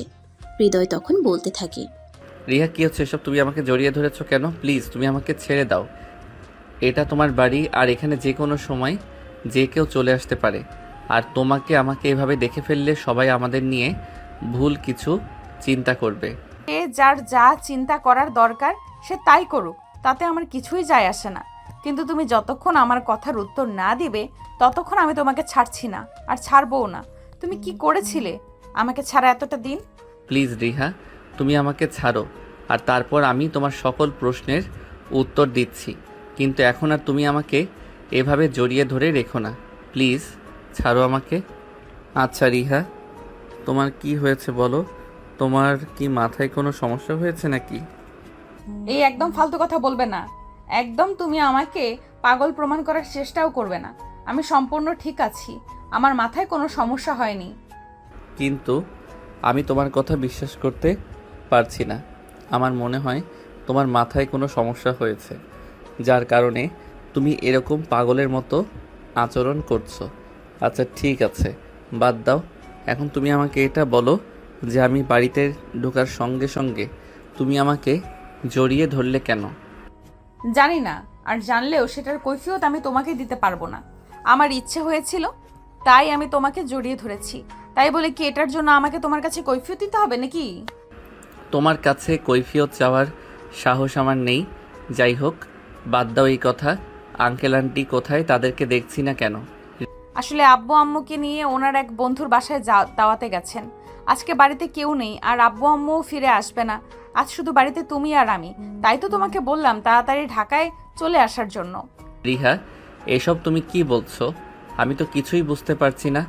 আসলে তোমার মাথায় কি চলছে সেটা আমাকে একটু বুঝিয়ে বলবে কি? সেটা আমি এখনই তোমাকে বুঝিয়ে বলার প্রয়োজন মনে করছি না। সময় হলে ঠিক বুঝতে পারবে। এখন নিজের রুমে যাও আর বিশ্রাম করো। আমি তোমার জন্য খাবার তৈরি করছি। তারপর দুজনে একসাথে দুপুরের খাবার খেয়ে নিব। হৃদয় তখন আর রিহার সঙ্গে কথা বাড়ালো না। সে কোনো কথা না বলে নিজের রুমে চলে গেল আর তারপর বিছানায় শুয়ে একটা লম্বা ঘুম দিল। ঘুম ভাঙল বিকেল 3:30টার দিকে রিহার ডাকে। রিহা এতক্ষণ সময় নিয়ে হৃদয় আর তার জন্য দুপুরের খাবার তৈরি করেছে আর সেটা টেবিলে সার্ভ করে তারপরে হৃদয়কে ঘুম থেকে ডেকে তুলতে গেছে। সে হৃদয়কে ঘুম থেকে ডেকে তুলে তারপর ডাইনিং টেবিলে নিয়ে আসে আর দুজনে একসঙ্গে বসে রাতের খাবার খেতে থাকে। খাওয়া শেষ হলে রিহা হৃদয়কে বলতে থাকে, তুমি তো আচ্ছা বেঈমান মানুষ। আমি তোমার জন্য এত কষ্ট করে রান্না করলাম, একবার অন্তত আমাকে ধন্যবাদ তো দিতে পারতে। সেটাও করলে না। যাই হোক, তাতে কোনো সমস্যা নেই। কিন্তু আমি এই প্রথমবার তোমার জন্য রান্না করতে গিয়েছি আর খাবার রান্না করেছি। খাবারটা কেমন হয়েছে সেটার অন্তত রিভিউ দেওয়ার প্রয়োজন ছিল, কিন্তু তুমি তো তার কোনো কিছুই করলে না।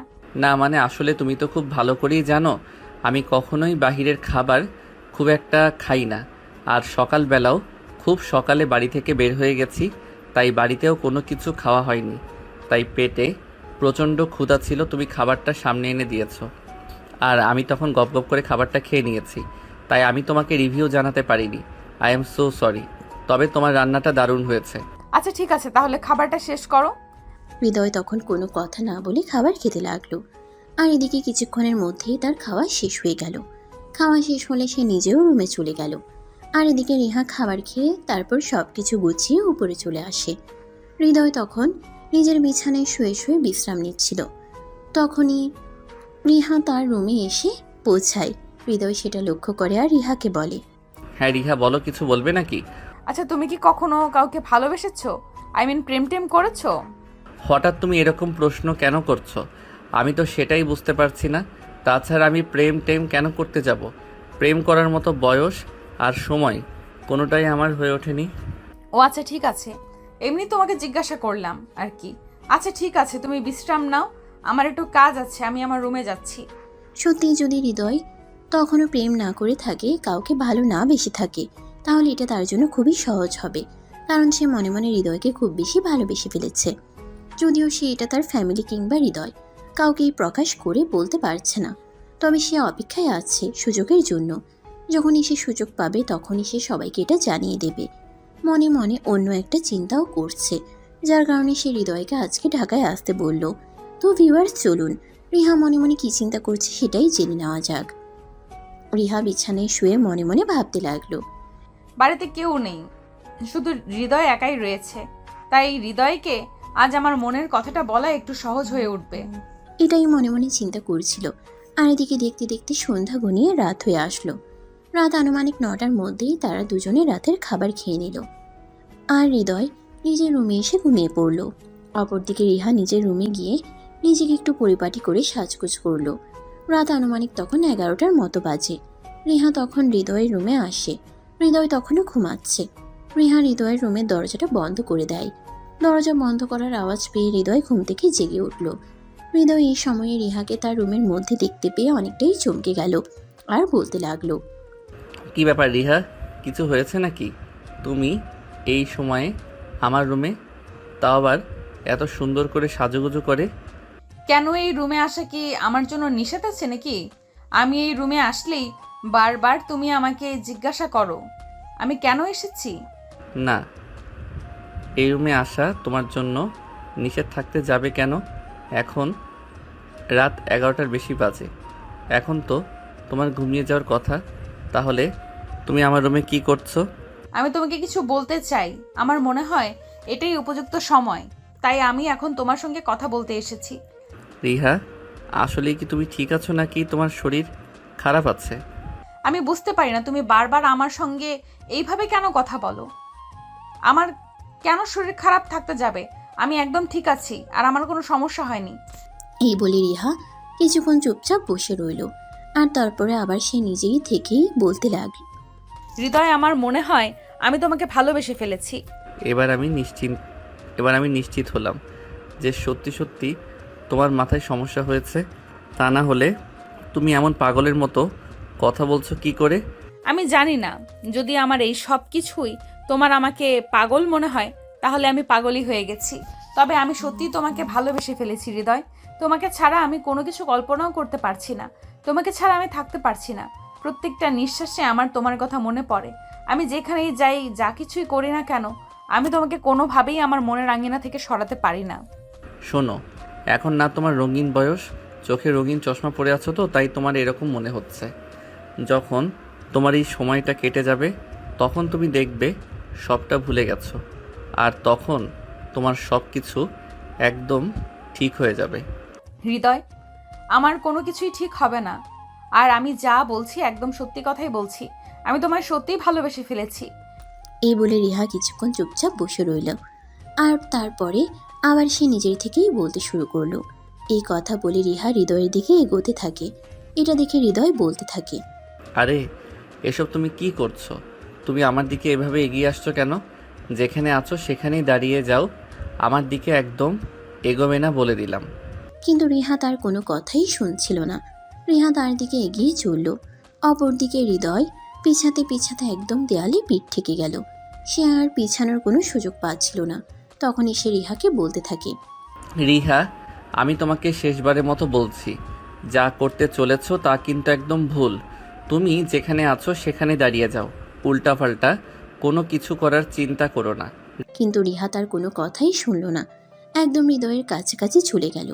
তখনই হৃদয় রিহাকে ধাক্কা দিয়ে নিজের থেকে সরিয়ে দিল আর বলতে লাগলো, রিহা প্লিজ, তুমি এখান থেকে চলে যাও। আমি চাই না তোমার সঙ্গে খারাপ আচরণ করতে, তাই তুমি তোমার সঙ্গে খারাপ আচরণ করতে বাধ্য করো না আমায়। কেন, আমি কি কোনো অপরাধ করেছি? আমি তো জানি ভালোবাসা কোনো অপরাধ নয়। আমি তো শুধু তোমাকে ভালোবেসেছি। তাহলে তুমি কেন এরকম করছো আমার সঙ্গে? ভালোবাসা কোনো অপরাধ নয়, তবে কোনো ভুল মানুষকে যদি ভালোবেসে ফেলা হয় তাহলে সেই ভালোবাসা সম্পূর্ণ অপরাধ। আমার বাবা মা আমাকে এখানে পড়াশোনা করানোর জন্য পাঠিয়েছে, আর তোমার বাবা মা আমাকে খুব বিশ্বাস আর ভরসা করেন বলেই তোমার মতো একটা যুবতী মেয়ে বাড়িতে থাকার পরেও আমাকে এখানে থাকার জন্য পারমিশন দিয়েছে। আর সেখানে তুমি কি করে ভাবলে আমি নিজেকে এরকম কিছু একটা সম্পর্কের সঙ্গে ইনভলভ করব? কেন নয়? কিসের কমতি আছে আমার মধ্যে? ভালোবাসা এবং সংসার করার জন্য একটা পরিপূর্ণ মেয়ে মানুষের প্রয়োজন। আমি কি একটা পরিপূর্ণ মেয়ে মানুষ নই? পরিপূর্ণতার উপরে যদি কোনো কিছু থাকে তাহলে তুমি সেটাই, কিন্তু তারপরেও তোমার সঙ্গে রিলেশন করা বা অন্য কিছু কোনোটাই আমার পক্ষে সম্ভব নয়, কারণ আমি বিশ্বাসের জায়গায় বিশ্বাসঘাতকতা করতে পারবো না। এরপর রিহাকে আর কোনো কথা বলার সুযোগ না দিয়ে হৃদয় রুম থেকে বের হয়ে চলে যায় ছাদে। এদিকে রিহাও তার পিছন পিছন বাড়ির ছাদে চলে আসলো। তখনই সে হৃদয়কে পিছন থেকে জড়িয়ে ধরে আর বলতে থাকে, ভালোবাসি তোমায় খুব বেশি। তোমাকে ছাড়া আমি বেঁচে থাকতে পারবো না। প্লিজ তুমি আমার সঙ্গে এরকম করো না। আমার ভালোবাসা গ্রহণ করো এবং আমাকে গ্রহণ করো। হৃদয় এই কথাগুলো আর নিতে পারছে না। সে কোনো রকমে রিহাকে নিজের থেকে ছাড়িয়ে নিল আর তারপর ঠাস করে রিহার গালে একটা চড় বসিয়ে দিয়ে বলতে লাগলো, চুপ করো বেয়াদব মেয়ে, তোমার বাবা মা কি তোমাকে এই শিক্ষা দিয়েছে নাকি? চুপচাপ এখান থেকে চলে যাও। বাবা মায়ের মান ইজ্জত ডুবানোর মতো কোনো কাজ করো না। সবে মাত্র তুমি অনার্স ফার্স্ট ইয়ারের পরীক্ষা দিয়েছো। তোমার বাবা মা কত ইচ্ছে আর স্বপ্ন নিয়ে তোমাকে পড়াশোনা করাচ্ছে, এসব করার জন্য নাকি? দেখো, আমার বাবা মায়ের ইচ্ছা অনিচ্ছার সঙ্গে তো আমার ইচ্ছা অনিচ্ছার কোনো সম্পর্ক নেই। তাহলে তুমি কেন শুধু শুধু এই সবের মধ্যে অন্য কথাটা টেনে আনছো? তোমার সঙ্গে এসব ব্যাপারে কোনো কথা বলার ইচ্ছেই আমার নেই। আর আমার সবচাইতে বড় ভুল হয়েছে আজ ঢাকায় ফিরে আসা। আজ যদি আমি এখানে ফিরে না আসতাম তাহলে হয়তো এরকম কিছুই ঘটতো না। এই কথা বলার পর হৃদয় সেখান থেকে সোজা রুমে চলে আসলো আর দরজা লাগিয়ে ঘুমিয়ে পড়ল। অপরদিকে রিহা অনেকক্ষণ হৃদয়ের রুমের দরজায় নক করলো, কিন্তু হৃদয় দরজা খুলে না। তাই রিহা নিজের রুমে চলে গেল। সেদিন বিকেল বেলায় রিহার আব্বু আম্মু বাড়িতে চলে আসে। আর রিহার আব্বু যখন বাড়িতে আসলো, রিহা তখন কান্না করতে করতে তার আব্বুর রুমে চলে গেল। আর তারপর তার আব্বুকে বলল, আব্বু, আমার সঙ্গে খুব খারাপ কিছু হয়ে গেছে। তোমরা বাড়িতে ছিলে না, সেই সুযোগে আমার সঙ্গে এরকমটা হবে এটা আমি কোনোদিনও কল্পনাও করতে পারিনি। এসব তুমি কি বলছো? আমি তো কিছুই বুঝতে পারছি না। কি হয়েছে তুমি আমাকে খুলে বলো, তা না হলে আমি বুঝবো কি করে।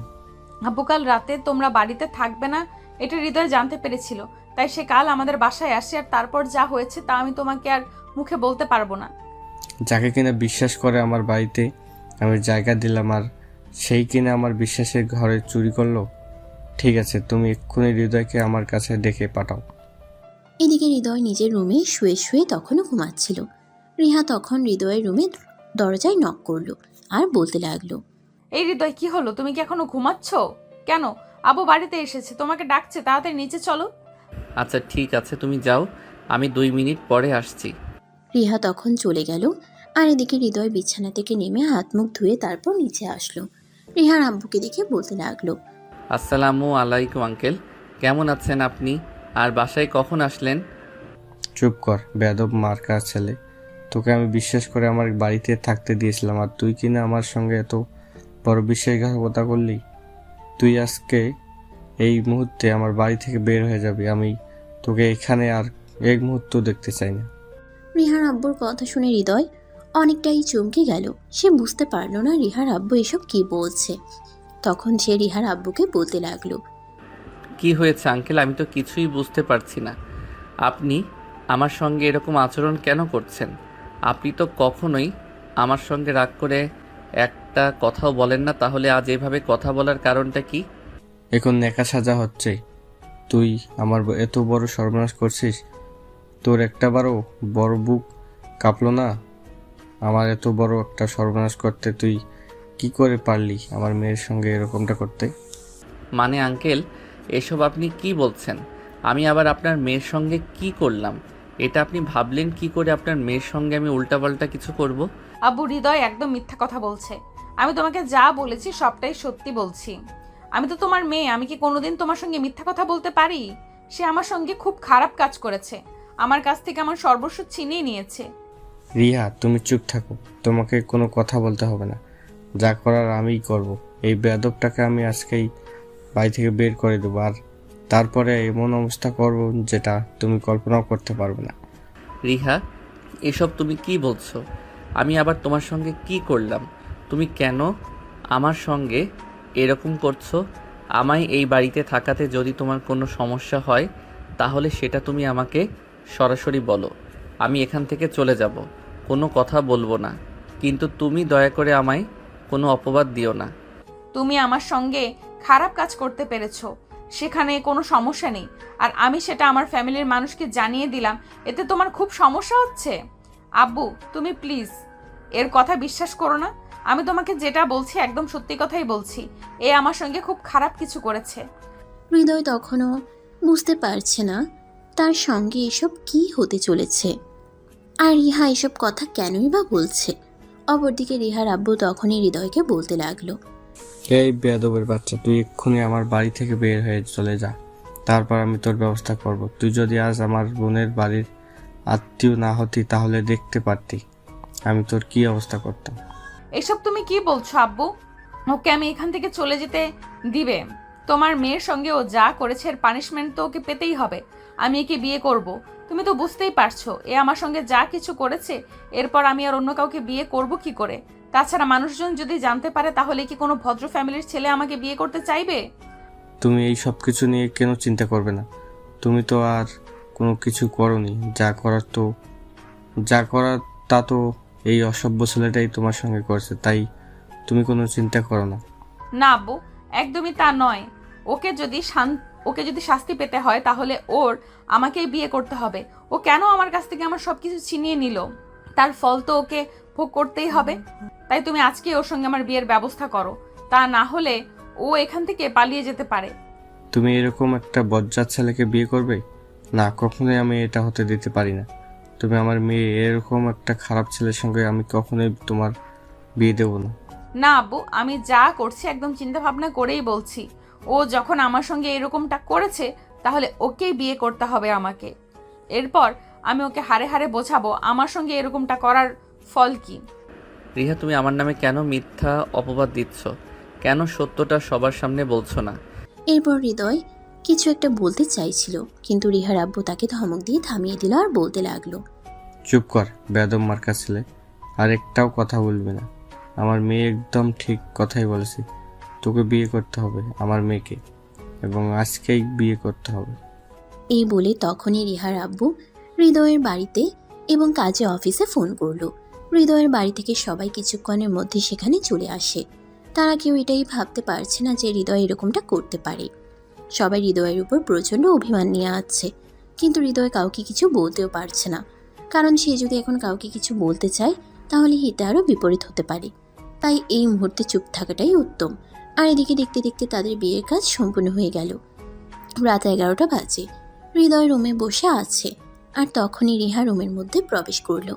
রিহাকে দেখেই হৃদয় বলতে লাগলো, তুমি কেন করলে আমার সঙ্গে এরকম? আমি তোমার কি ক্ষতি করেছিলাম যার কারণে তুমি আমার সঙ্গে এরকম করেছো? তুমি আমার যে ক্ষতি করেছো তার মাসুল আমি কোনোভাবেই নিতে পারতাম না। তুমি আমার মনটা চুরি করে নিয়েছো, আমাকে তোমার প্রেমে পড়িয়েছো, আর এখন কিনা তুমি আমাকে ভালোবাসা দিতে অস্বীকার করছো। তাই আমি এরকমটা করতে বাধ্য হয়েছি। হ্যাঁ, সেটা ঠিক আছে, কিন্তু তাই বলে তুমি আমাকে সবার সামনে এভাবে কলঙ্কিত করলে।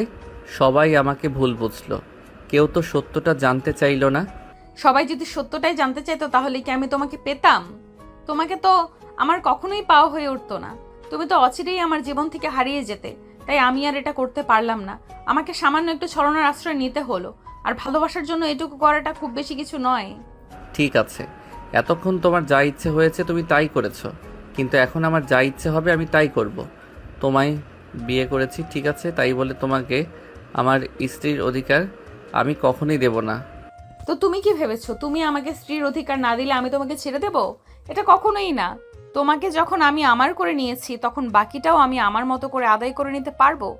এসব ব্যাপারে তোমাকে কোনো চিন্তা করতে হবে না মিস্টার হৃদয়। রিহা যখন কোনো কাজ করে তখন তার ভবিষ্যতে কি হবে সেটা সে চিন্তা করেই বুঝতে পেরেছেন মিস্টার হৃদয়। মানে তুমি কি বলতে চাইছো আমি কিছুই বুঝতে পারছি না। আপনাকে সব বুঝতে হবে না, আমি আপনাকে বুঝিয়ে দেব। চলুন তো এবার। এই বলে রিহা তখনই হৃদয়কে ধাক্কা দিয়ে বিছানার উপরে ফেলে দিল, আর সে হৃদয়ের বুকের উপরে উঠে বসলো। এটা দেখে হৃদয় বলতে লাগলো, আরে এসব তুমি কি করছো? তুমি আমার বুকের উপর উঠে বসেছো কেন? আমার তো নিঃশ্বাস নিতে কষ্ট হচ্ছে। প্লিজ তুমি আমার বুকের উপর থেকে নামো। না মিস্টার হৃদয়, এটা আর কখনো হবে না। আপনি তো বলেছেন আপনি আমাকে অধিকার দেবেন না, তাই আমার অধিকার আমি নিজেই আদায় করে নেব। এরপর রিহা হৃদয়কে আর কোনো কথা বলার সুযোগ না দিয়েই তার ঠোঁট দুটো নিজের দখলে নিয়ে নিল, আর ইচ্ছে মতো কিস করতে লাগলো। এভাবেই শুরু হলো তাদের দুষ্টু মিষ্টি একটা প্রেমের গল্প। আমাদের আজকের গল্পটা এই পর্যন্তই ছিল। আমাদের এই গল্পটা আপনাদের কাছে কেমন লেগেছে তা সবাই কমেন্ট করে জানাবেন। কিন্তু সবাই ভালো থাকবেন, সুস্থ থাকবেন। আবার দেখা হবে নতুন কোনো একটা প্রেমের গল্পে। সে পর্যন্ত সবাই অপেক্ষায় থাকুন। আল্লাহ হাফেজ।